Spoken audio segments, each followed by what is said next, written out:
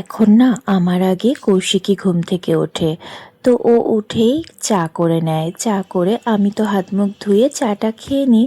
তারপর ও চলে যায় হাঁটতে, আর আমি ঘরের সমস্ত কাজ করে একবারে স্নান পুজো করে নিই।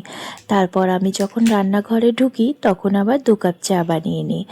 চাটা খেয়ে তারপরে এই তো রান্নাঘরে রান্না করার জন্য চলে আসি। আজ তো সোমবার, আজকের দিনটা পুরোটাই নিরামিষ। তো নিরামিষে তো অনেক কিছুই আছে, তার মধ্যে সবজিটাই আজকে করব। যেহেতু ফ্রিজে না অনেকটাই সবজি রয়ে গেছে, আর তো মাত্র মাঝখানে 2টো দিন, তারপর আবার চলে যাব। ওই জন্য ভাবছি সবজিগুলো আগে আগে রান্না করে খেয়ে ফেলি। আজকে সকালবেলার জন্য ওই কলাইয়ের ডাল করছি, আর ডালের ভেতরে না একটু মূলো, সিম আর আলু দিয়ে সবজি ডাল করে নেব।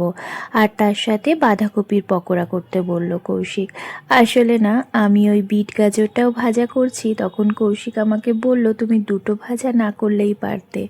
আমি না ঠিক বুঝতে পারিনি ও কি বলতে চেয়েছিল। তারপর ওই বিট গাজরটাও ভাজা করে নিলাম। তবে সকালবেলায় না এই গাজর ভাজাটা আর খাইনি, সকালে ওই বড়া আর ডাল দিয়েই ভাত খাওয়া হয়ে গেছে। আর এরকম সবজি দিয়ে কলাইয়ের ডাল করলে না ভীষণ ভালো লাগে জানো তো। তোমরা যারা কলাইয়ের ডাল খাও তারা তো জানোই এই শীতকালে নতুন কলাই। তবে এই কলাইয়ের ডালটা না অনেক দিন হয়ে গেছে, বাবাকে আবার বললাম, বাবা আবার নিয়ে আসবে আসার সময়। কৌশিক খেয়ে দিয়ে এই যে অফিসে চলে যাচ্ছে। এবার আমি একটা তরকারি রান্না করে নেব, আলু আর ফুলকপি।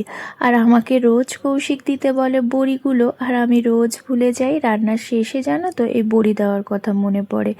এত ভুলে যাচ্ছি, কৌশিক তো খেতে বসে আজকে ভীষণ বকেছে আমাকে জানো তো। তরকারিটা হতে হতে আমি একটুখানি ঘর বাড়িগুলো ঝাড় দিয়ে নেব, ছেলে ওদিকে পড়াশোনা করছে।